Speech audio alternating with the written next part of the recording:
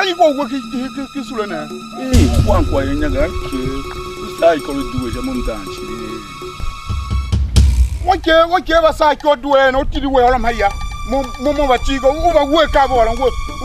Chile Chico. I say, Shapula. You know, women will not go over the money. You know, for you, Vama, is visible. Come on, all Gazette. Oh, Lagazette. Come on, all of it. I will look here. More tinty, more down, kill them and zap. You do that. You do we are talking. Oh, we are China particular. This so young form. One of them at a bank of Bon, when I jew out on a senator. You do other man when you go. Creto Molo. You do a one of Kajimiga. Kawinina. Who gonna talk at Tesu? May you do a one of Kajimiga? I took out some of the yash and I hit on a guy. Mata on gone among what and where she got. Oh, what? Oh, there you are bigger. You are big. What over? Yasha. You're one bomb. What? Yangi Gabe. In Yangiga, Manipur will challenge you one by one. You young from one who catch him. You want to catch him on Waga. Silver, I'm over here. I couldn't run by the team of what way? Bukama, he checked telling Kajimea, Roma Yaga, Rosso Maya, and I am checked to Luna. I will not wait here. Can you go over and hit in the name?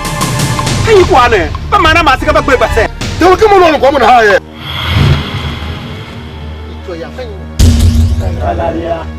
Joya Canine, Galalia. let him walk Galalia Cachacra. Don't want to sound feeding. Sound it's a vintage.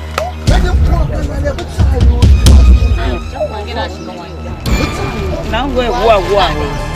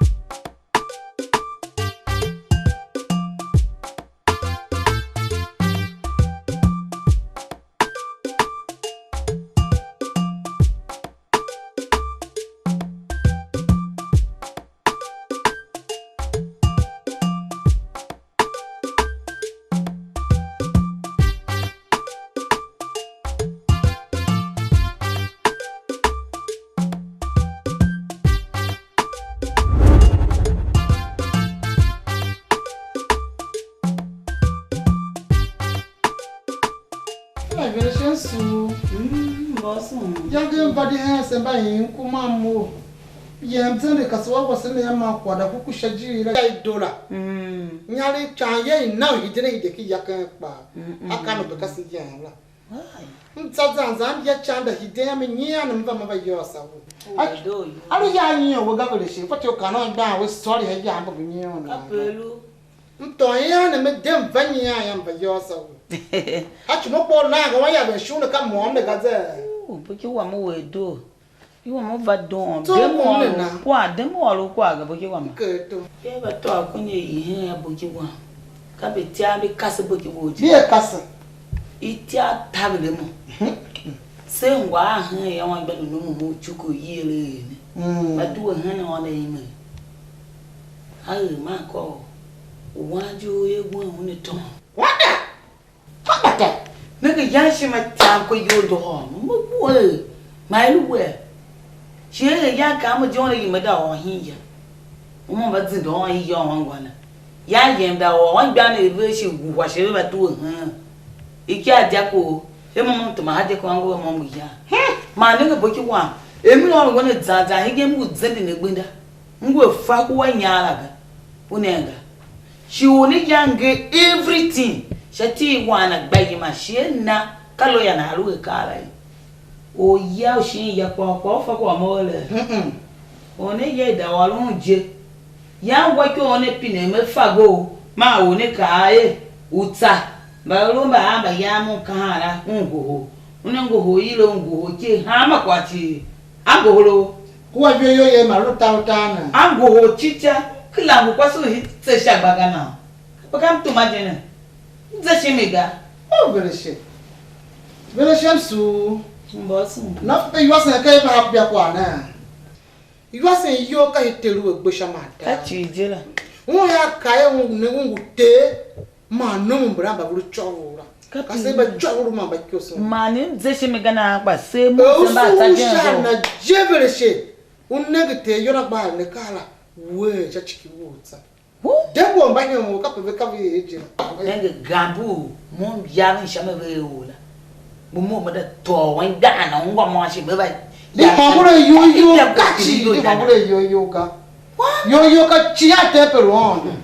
Na ba na ga shawo. Mso vere she. Boss. Do mi ba na ga wolum sembre na. Fashion don. Me ni na ba ya no mo pe ba ku vaga. Ku fa chaga. Mo yo ga ya kwa paga. Guda mo ma do. Me pe sha kwa fa choga. Na bo je wa ma. E ku ga ma ba yemba. Kai. Se ka sha so do ve ba bi. Aye. Mso. Boss. Oda solution ma. Ami o mso bo ki wa. What's seba?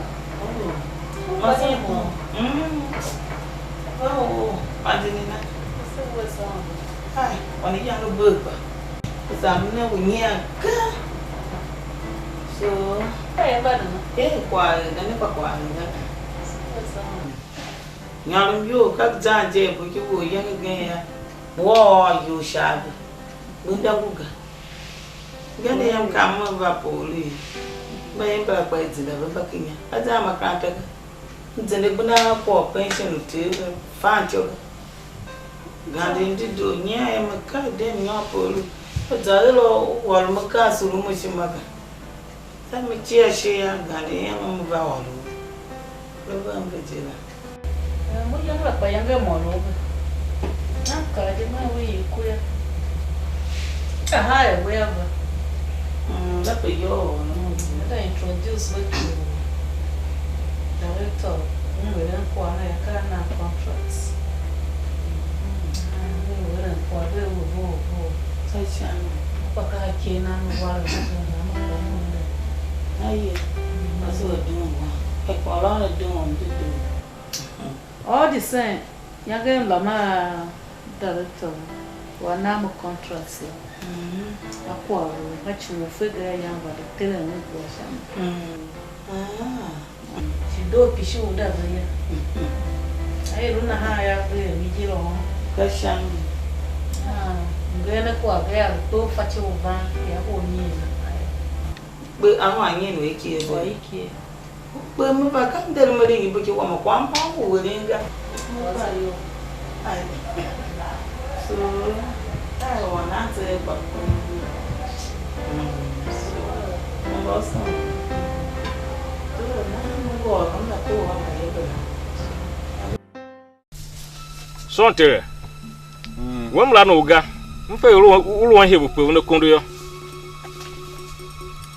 Kwa wojia tumbu mo eto shami. Fa iluwe. Ulu passa na kaya. Ba mso mo fawe. Ngbelu na shinya la jimi chikpa. Ajingile konga yage ifu nkuwaga. Ufana hayaga. Wo sombulu segba. Sombulu shagba. Okay yo we yaga. Ko bundengo go.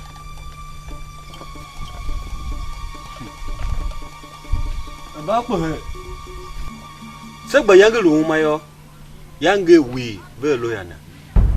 So hama kwana chive wana igbayima. Chichachi.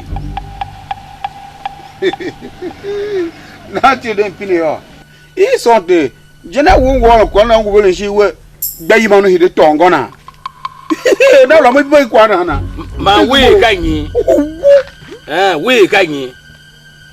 Wọ́n wà ní tẹ́ bá gàdó yẹ́gà. Ní ìgbàna báyọ̀ náà káwọ́ tí ma náà wọ́n tí ma lọ́nà tó bùtẹ́. Ewé, ó bá jẹ́ wéèrè. Ilé mo yọ. Lẹ́yìn lè wéèrè. Mo dé hàn kó náà mo tó. Mo gbé yìí mọ̀ náà tó hàn kó náà yẹ. Ọ̀nà bọ̀ ló ti kí bíbí rẹ̀ yà tọ́ ọ̀gà. Wà kò mọ̀ ń sọ mi fọ́ ní ya. Sẹ́gbẹ̀ jẹ́ pẹ̀lú ẹ̀kọ́ ọ̀nà hàn ga. Ìmọ̀ àtẹ́gbẹ̀ hàn bẹ́ẹ̀ fẹ́ gàdó tí ga. Sẹ́gbẹ̀ pẹ̀lú ẹ̀kọ́ ọ̀nà hàn ga. Kwa zambi ngun hana ya utsebala vile chebele ki ashiki kwa dogo ai beto na to yala no te na mo na sha fulu ke na ro yam yala ka pem ka ne Chinjela. Kaka hashima ya vo ka yala just na tebe. Una vesi kwa no kula ka ko se hin ya. Ka mimi we te yala wa to ko janga ta na hede shi to ho pe moya kama wa kwa kuma ne ga. Ashimgo walo. Nita hagere ba da fado ta yala ga. kan Ita da yala ma hama ko tsabaci. Kallo ya na ruwa mi. Na ne da kwane fata go, kwane sai da yo, tara ka ne yo ne ko. Ba duwe ko yo. ya ka ya No yam ya na so mo da. ya sombu ne No yam ya na so mo da. Ke pa ko ya mo. da te ya ala te ya la lo ya e ya lo ya la ga nyo he ya lo ya Ada saya director. Ada. Na ka kwasu yange lo lo ko kwa ne. Ka po ki wa pa ko wan bia wa pa. Ka po wa so hang hang. Aisha. Them so patient. What's going well with him? For me, for so la bu. Tero. Aisha. Do mamu. Ka bere she jem. Wa mama yoga. Bere she ya ko na. O ko me. Director ne wa. Veja, alocar contrato so, cara uma business so. Director ne waso, mo pa waso, yanga mbana. So, baba na wo hina toka o. Una get director me and the problem wona resolve. Mother said director. Na ha me mo ne dalanga, mo no alo ha ma ko alo ya. That's more fama pasula. This is a public place. No, but I feel free or I'm a post. It's okay, no problem. More challenge.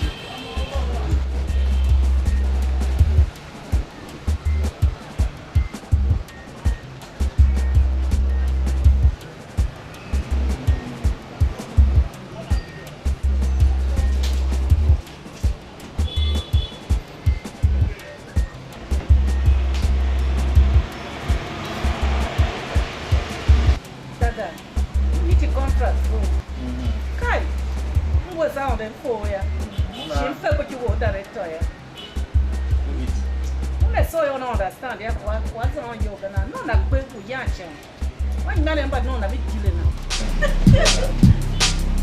Kwasu wa don. Ka ko wa le mola. Ina ben dai wasu wo no ni na ma. Nena Ai na bo le kwa mo na hana. Kwasu wa don so to mo ngula, go so to mo ngula hayo yanga. So to mo ngula hayo yanga mo mo kwasu to alo on. Ngwe show le na kala go. Mom shit on laga. Jangan mau deklarasi mau yang mana agak malu. Muka tu kerinya anda berdalaga. Pasal sebab itu lama je orang awak pasal cukuna. Kayu lama je orang awak pasal cukuna.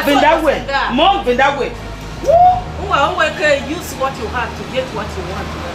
Muka kwa malu dia mom gini kala awak go. Eh, mom bukan sekeras. Muka tu teh yo yama tu kerinya lega. Fata teh yo yama tu kerinya lega. Wah malu no cing apa? Wah so dance wana kau so gaya katika kuawo. Sini trouble. Kenapa kau senang boleh je kau main pasal mambo teyo ken tapi kau so kau apa ni mamu guni canggih be main je. Teyo ken aiman. Mana ke tarik tu? Rejo. Waga iwai donu jao iwai kandenga. Jam buat macam aku mau ni tak. Yo ya kai mo gapa simaye mo no polo la wa du ya go ma do mo do ba ha mo galendo no ka ma mo za polo kia ma da la ma wo polo mo ya mo ke a ke bo mo ne ma mo ko a ke ya nya le ndio ka zanje wangu wa to bana le son le son awe mo ta ko ko ni we be ba ni eu ia mana na makanta kwa mfanga wadua dia don jogando o amla wala beba yori luo mo gani Kashami wangu so basun kama je kai mom ba ko ruega apelu je ya muna kai hangense ngo kai hanga mun ngi ngo ma nyana mamo diga mo ba ko ruega o lo mo gwa ngwa pa ashame ba me hide kiya agale kwa wampo amba musuwere ni la wango kana kwa bana mudu nyare kire na ha aye do no wango ngwa pa don wa kre ke chepa wo were apelu je ha to wo pa che wo ma ko so wa ba ye go nyalu yo wena wango wo kwa mu wango mu ba ngwa na to go ngwa pa ashame so don ma bi a she ma ko mo don ma go za po so yo bi be ngwa so ishi wango so banda kashami wango Iwai donu jao iwai kandenga. Waga iwai donu jao iwai kandenga. Ao kapão malume oduga mute babane. Iwai donu jao iwai kandenga. Waga iwai donu jao iwai kandenga. Waga iwai donu jao iwai kandenga. Chani veche me chani vanya. Yewa imamo. Yewa imamo. Emo mteyo ken aimano. ya ane batawi ya ye gane ya man ki magma ya mdala ma edom akwa kubo ma ne na ha ma luwelin kwa alu me du e kubo sho ya ma gan jiri gate ma la ma me wa ka ku ma ten nepa sini nigre mi se tu na ha ya adoga walun se puzo dia kwa ne ka gandi Selu, maior me do agua. Mami mo kwa la tave me. Qual dinene kwa hatiola. Fato on kwa dinena mi hatu. Dey mo ngwa kwa wangoga. Se ko lu walon la ke lu gwa ye o. Ngwo ne ngata kwa wa ne ngata ka me. Aga na mo na wo fato dinene kwa hatiotenga. Umba me ka se maka dinene vite kwa hatiola. Ene. Mami o baba. Baba ka mo fato dinena kwa hatiola mo fato. Selu a woni na. Oh. Nse fati do kra nwa ye ga fa ko lu za me ma won go na mo na dinene kwa ten hatioga. Kai kai hundulu hunde he. Se ka kwaga. Akwaga chi. Akwaga. Mfama kana no msoji magwami. Utwa utsange walo wote kwa hatioga. Akwaga chi.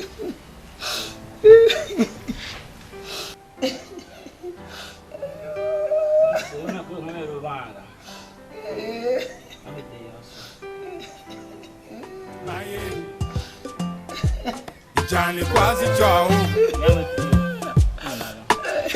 Aye. Ichani Kwase Choughul. Chanengi akagbi. Angwa Ichani Kwase Choughul. Tabanengi Ichani Kwase Choughul. Sauzu achesin.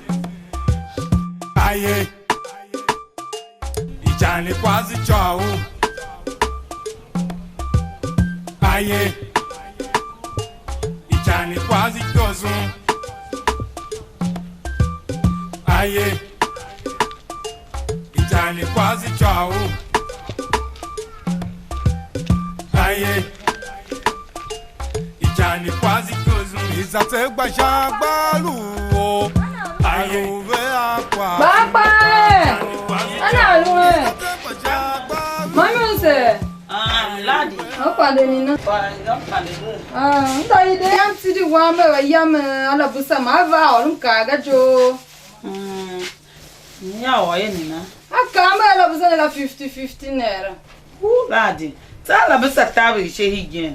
Busa tawi she o ta yende be bia ka 20,000. Ane na ma yen kwa ka se she.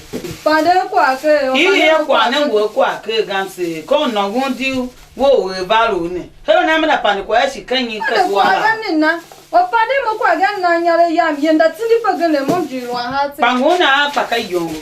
We kwa uyana mai to yi memi chashi da chini hidemi na halu we ongo ho kwala. Chuna ki yoga o te ya shamini. Na nyare yam yemo. Wo nyari yo. Na mo wa bo changa huyo no. Ladi. Uwa wene na. O na kwa chuku pa. Hakwaga. Ladi. Elu ona akakwaga wono mu ya maywa iwa. Ya to tu mi go ko li pa yo no. Kwaga. Kaga na ga ni kwa ya no ma ya nyo yo kle ka ne ga. Ngai ke no amo ra bala ha me se pa me ga mu wo jo. Wo me ka sha.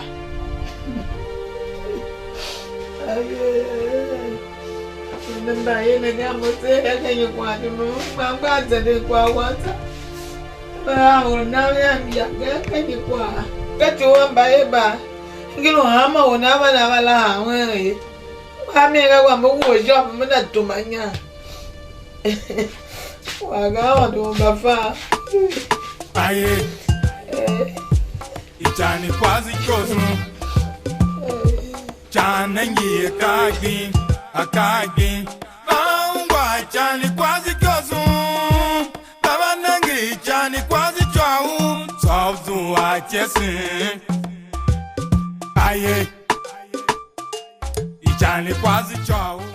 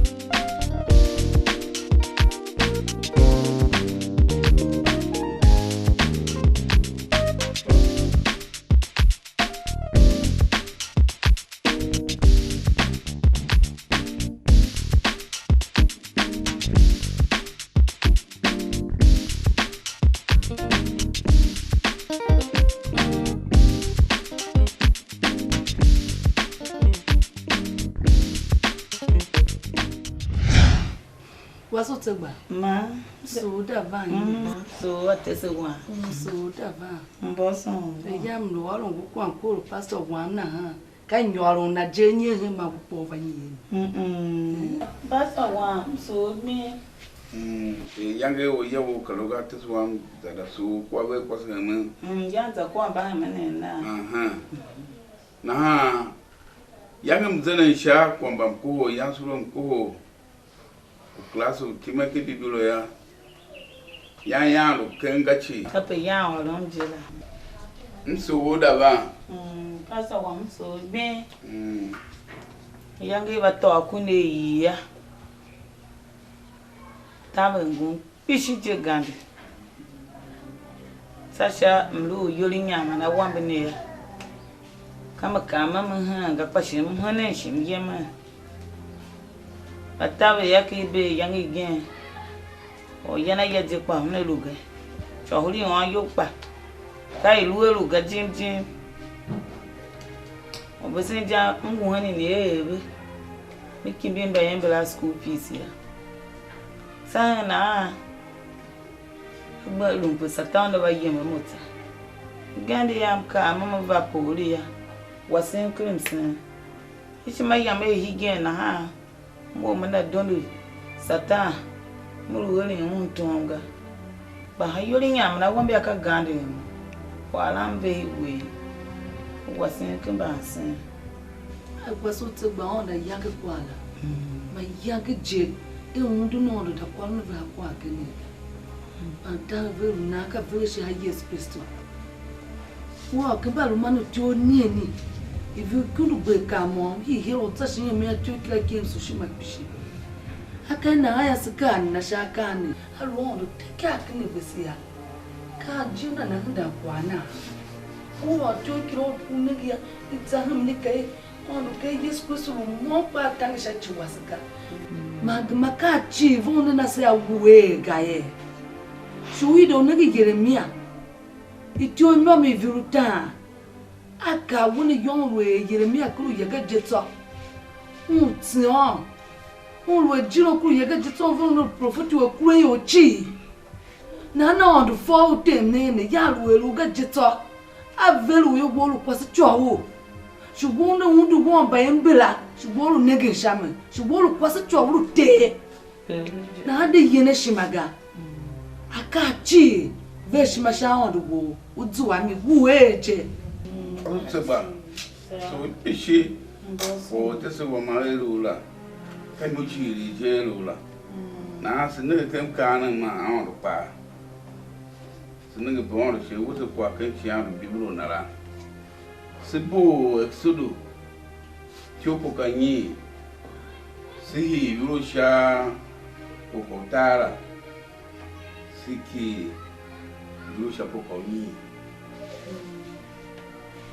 ba musaka ayo chie nanga tire na her nanga yemo te ona yema nanyayo nenge bai kibiti nyana ha ma yange ne krashi nenge ave shawunga te una no tia shachi buen luna vinso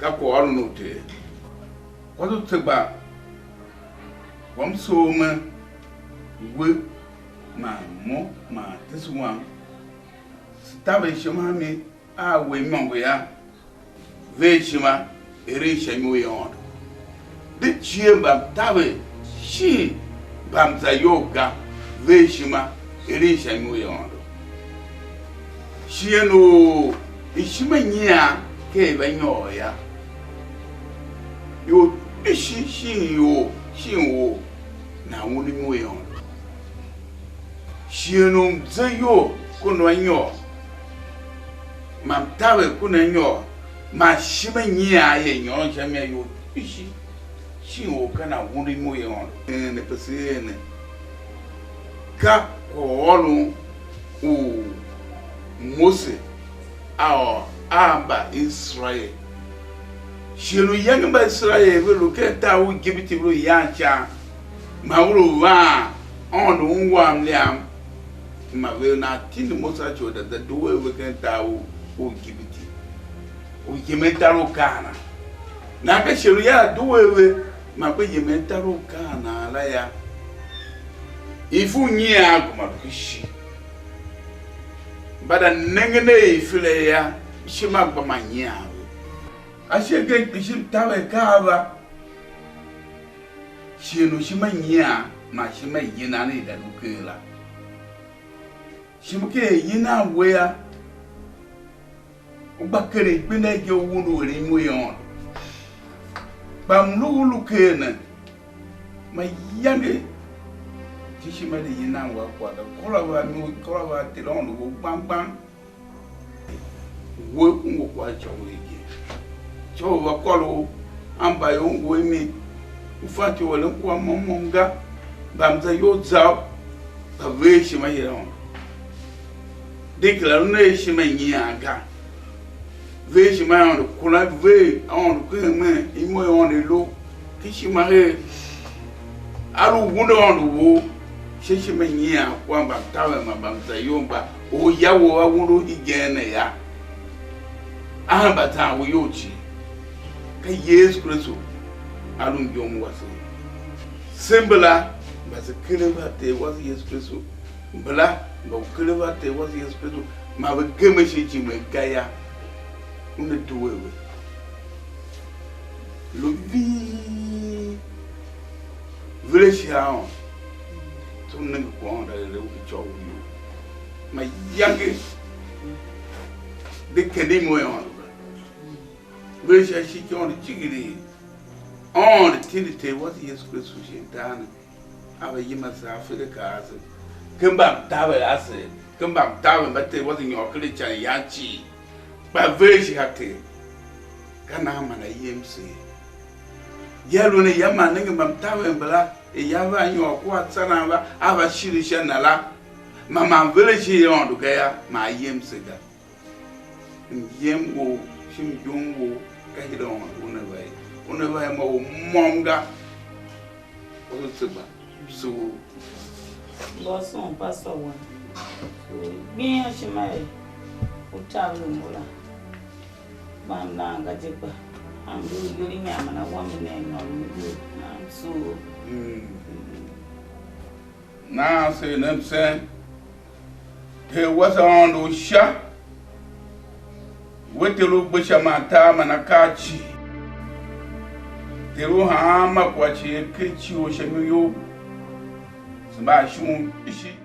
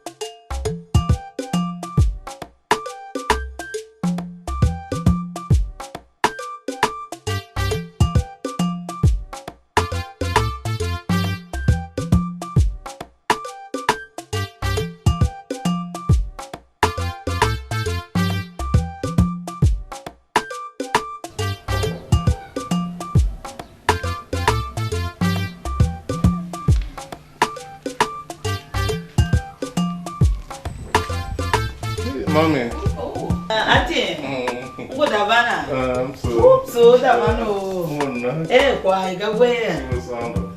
Quite tomorrow. So go. What you yeah? Come over. Just one from my over. I get it. So. That's why Gaga. So what's on? Why you are Nina? I don't. On the call was so. Mamba, man, I will your partner. Send bad do my heart again. But I can't go on car, but then let me set you.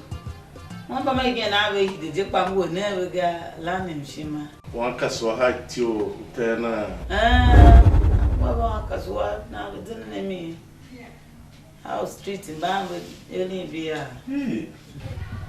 Anyway, can you Islam? Mokle American manure, sharp Ujaya. Hey, this one. I'm planning to go to the it's my machine, magic. Hi. This one, the level would do in your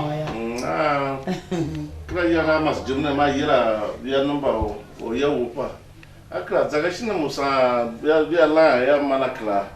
Emon Fagama Yilaje, Akra, Yaga. Ma, be a number of Bazagaya. Man by your Mamma Zaki village bar. Man Makara, you could to Yamma car in Yanaha. I'm soon, I'm a massacre. I'm here.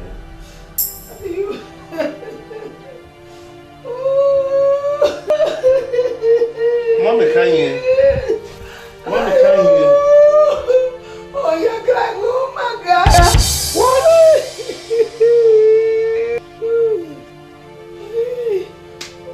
Mo pa fẹ́ me mo aluga. Uncle kula mo maga. Uga fẹ́ me mo ngwaga. Uncle pe. God. My God.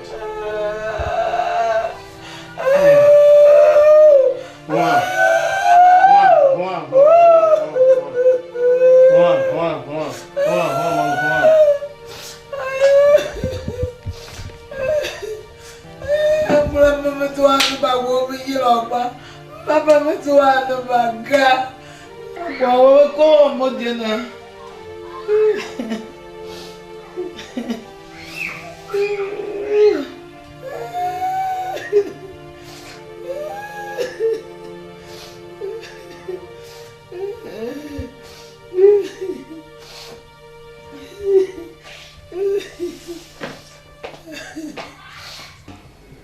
Medali, so how was the trip? Zindala. That's what calls Zama Zindala serious. Can you go ahead? Then the Talaku. Jesus Christ. Oh, I'm bound on cool. They want to pass my body. But Yacha, seriously. My nigga, younger, me American. Younger, who Yariga. Cocoyango near the Muchin. I think so. Yes. To my God. So, Mamma, now, by the so was Mpanenge wea katawa mwa kwa sasa yoga. Japo ubande ungwa kwa mahata wa mwa. Okay. Yes. But we should not zahama na mahata kwa America. Timeza se kwa hana. Hi, Warado. Congratulations. I'm so busy. Hi. So akwa zeli we nyare tawe. No, tawa chu bapele. Maybe nyare kuma vya dubudero kala kwa shamana hana. That is serious. I'm not going to want to be number. I'm probably going to make a gun back to have it. Okay. It's alright. Well, if I hear my son, listen, I want another zone course and sing it. So, Moka Balloon Bell opportunity now, so now you was at least, what I can welcome them. I can't have a going fishing.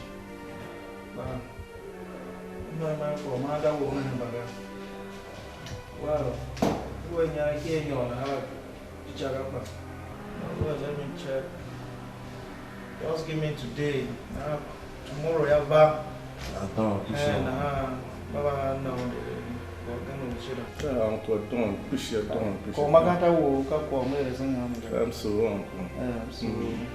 On a servi vera. Chez Lucere. So again. To Madame Gisha, a cabin. Come on with them. So, just try and finish it. Okay. So, Madame.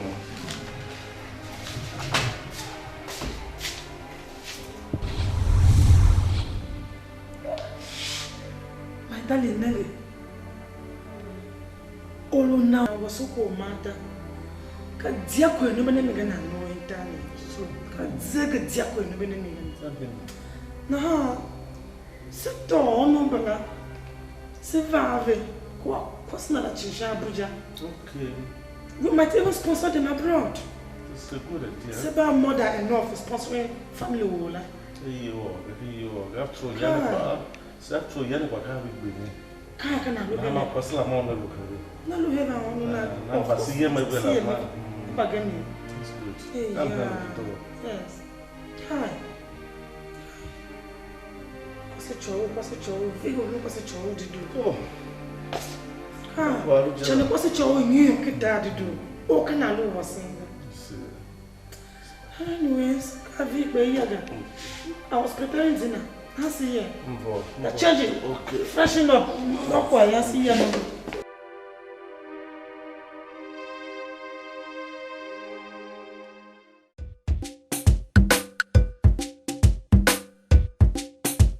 Aho kapesha wono lune.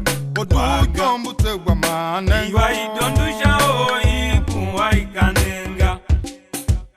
Waga. Iwai dondu shao iku wai kanenga. Waga. Iwai dondu shao iku wai kanenga. Chani verishe me chani vanya.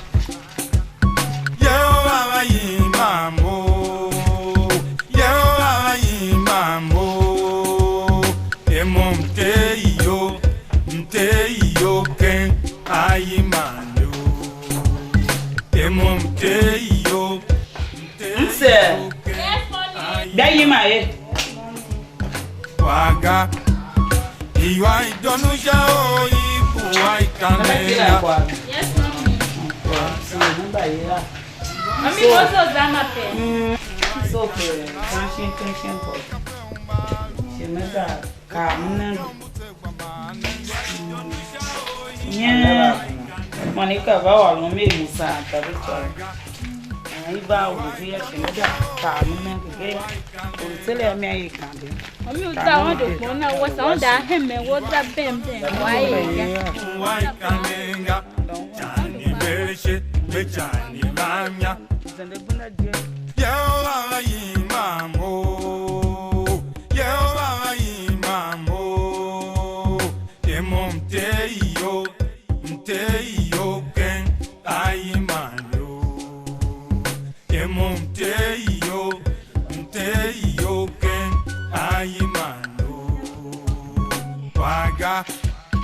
Iwai donu jao ipu wai kanenga.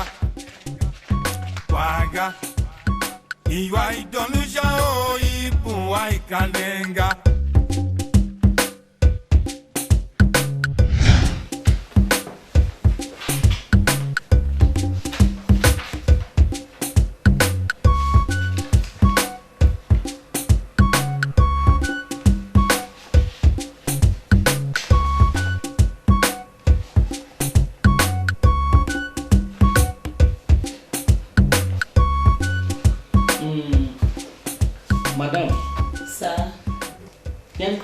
no car, million tar, Fantabude Rotan.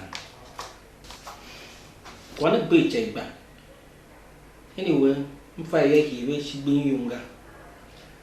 But I wash my so is way of one walker. Yes, sir. I should know. Walk out with it. Volga. She get a card in a car of Volga. Bongo Capacase is way of one walker. Bound the car, how much why I do it with door.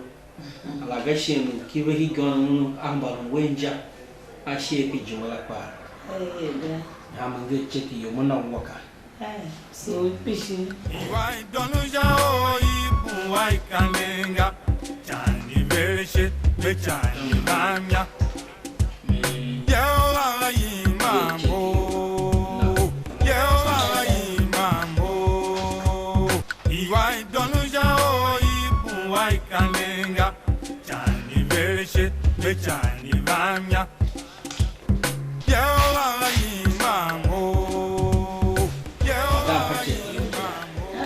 listen so pishi so so so was on walk ninga amba yembo yawo kwa dodo waka so Why don't you why kanenga chani vershe me chani bamya Yawa imambo Yawa imambo Why don't you why kanenga chani vershe me chani bamya Yawa imambo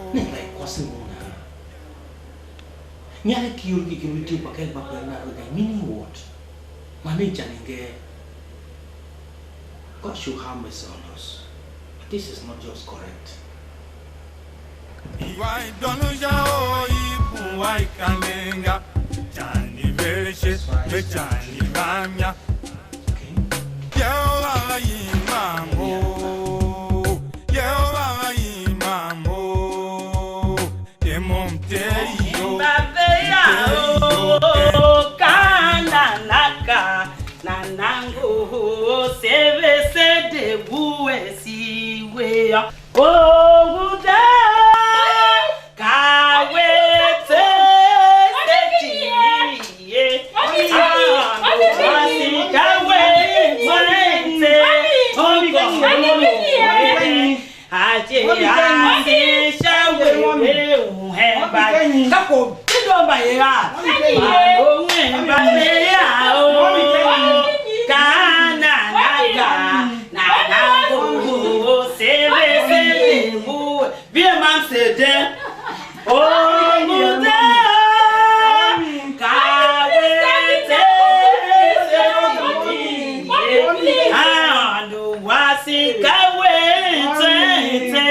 okonvo mene asi shawewe uhembache mami kinyi se wa ma igbayi ma nka ma odu we bia ni pili yo nam se nenga nyara kite won ti nu sende na gbenda ne nda so anya ai bo se ne odu klatabe gamba ya oh Jesus nenga ne klatabe ga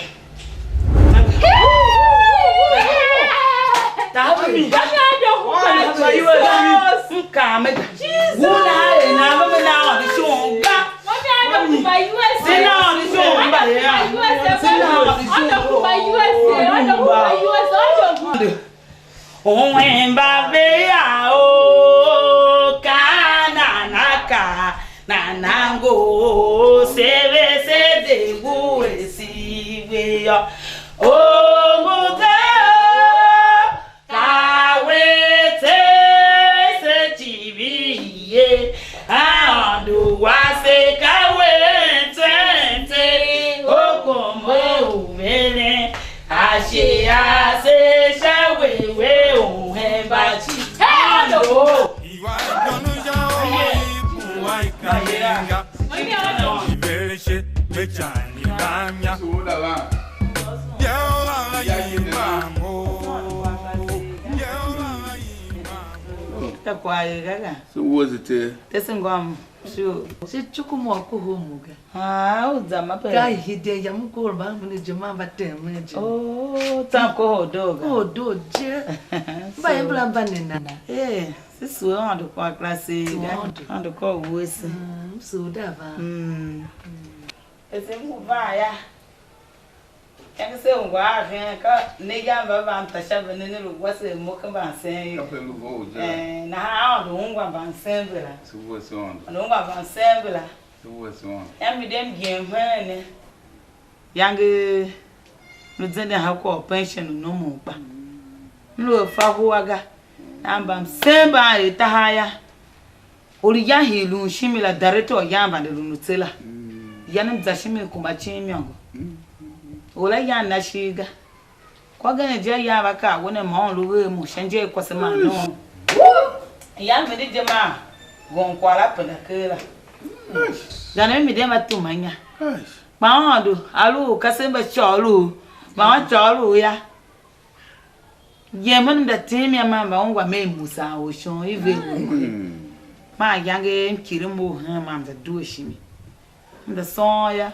Pasa wa krataga. Se on. Ola mangenya leki no ma de check ma na. Se on. Atesi ngom yamba nyo hija ya. Ya nginde ka kwasi hudu na yamba wana mo. WhatsApp ganga ya pine mo mi kanyi. Yangwa domo do kwa. Wala kuma yose. Kai hodo wa. Do. Sisi hodo shakwala. Nkama hodo ko gwose. Ka pelu be. Bibiro kai a chovulu. Ka hogu shondo. Aye tesi ngom. Olu na bende ka chovulu hondo ya. Onda denaga. Aye. Kai. Sisi hondo kuma shuma yose. Kai. So ne kishije. Na ha pasa wa. Jim am so me. Move all ya. Welu mu ya lad welu vane. Mam ne on you ashun. Kai. Si chukun be ko tele mo na nsi musu ga ya meda so wana. So wana kwa la do. Kai. So kwa so tseba. Kai mbane so.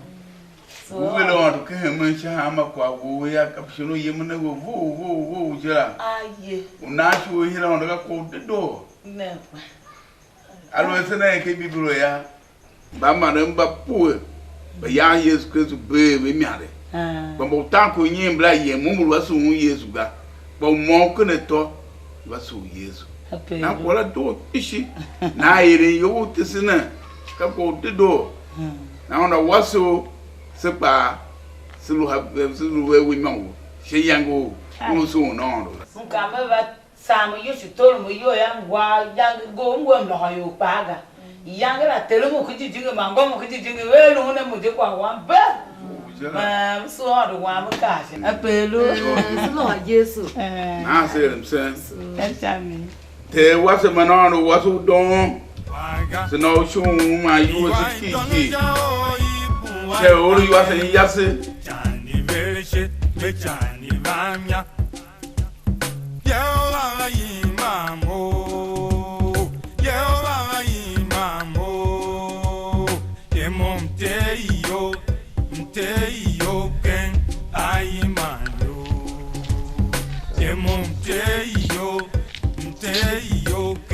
Hello, mommy.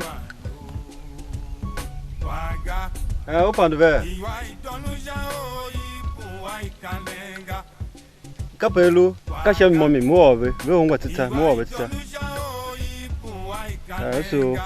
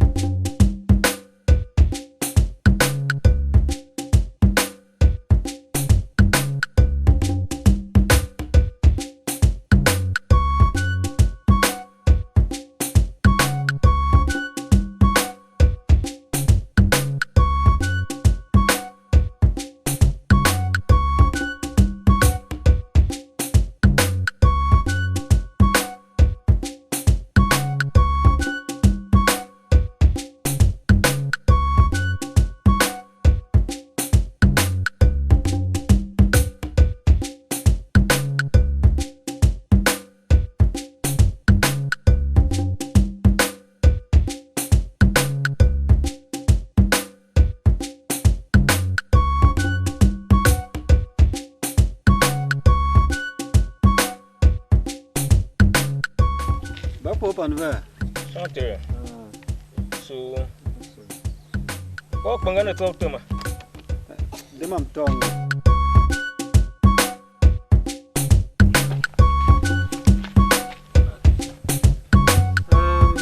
Maybe very shit in the view. Mo bakao yo. Ya ki tsaba kira undango hoki. Undango ho ze. Undango ho. Atinde wo kan amega. Sham. Shi wani mamalo ya.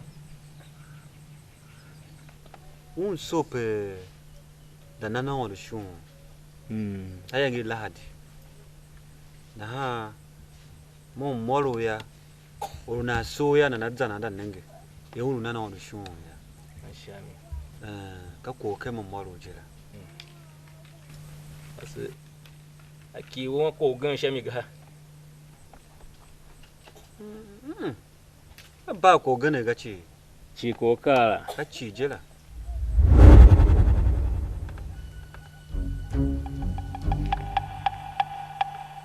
daga sonte kan yi ji burewu we shi kan yi zo we na no we ren kimi wo na afiga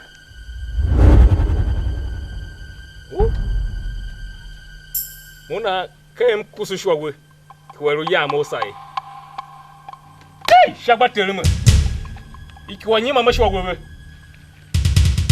agwo nyena etema kwa orun he usa de sawe jako tegba ya tegba yi ma ewe run shami banye wele shi mo yenda go nyare anyi shishika we yiruwe oda tembe na no ho a ne gbekwa unya ne chon nyare no yem na mi ne da na otese ayabe etese yega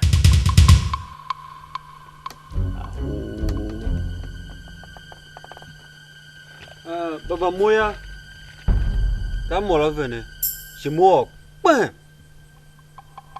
dene ko ka atseba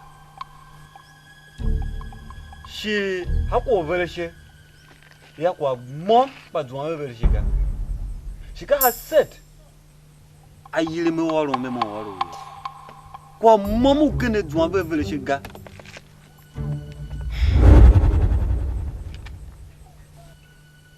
nguda na shunu ona suwa na naza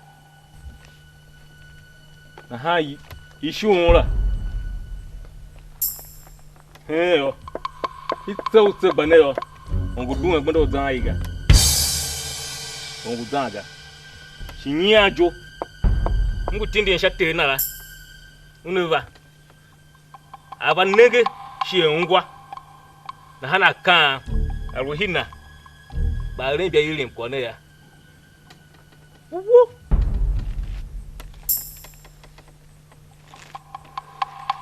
moya ka loho tse tindime jika ko vele sheke mun ko jira ayangi ladi nguna ne kachi ko ke mun malo jira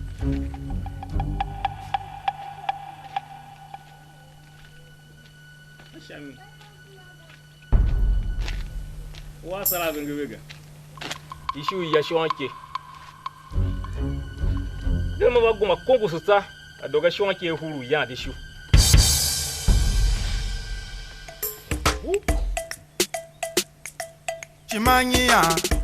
Chimanyia hey yaga tombe Chimanyia hey yaga tombe Chimanyia hey yaga